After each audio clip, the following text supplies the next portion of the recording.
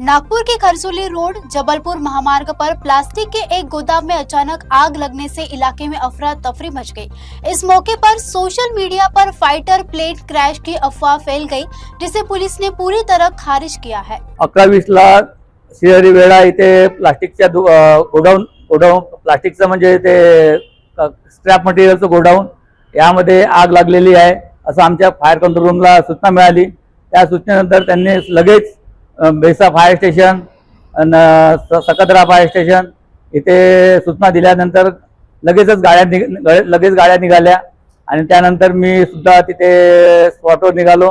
त्यावेळेस तिथे NMRDचे खरडमल सर आणि भोगे सर तिथे उपस्थित होते आणि मी सुद्धा तिथे उपस्थित होतो।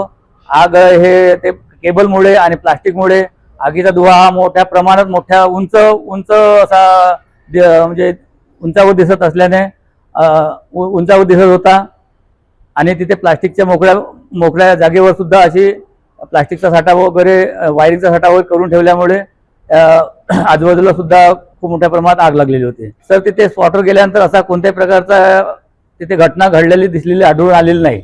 सर तिथे फायटर प्लेन पडल्याचं किंवा काही घटना झाल्याचं असं प्लेन नव्हतंच तिथे।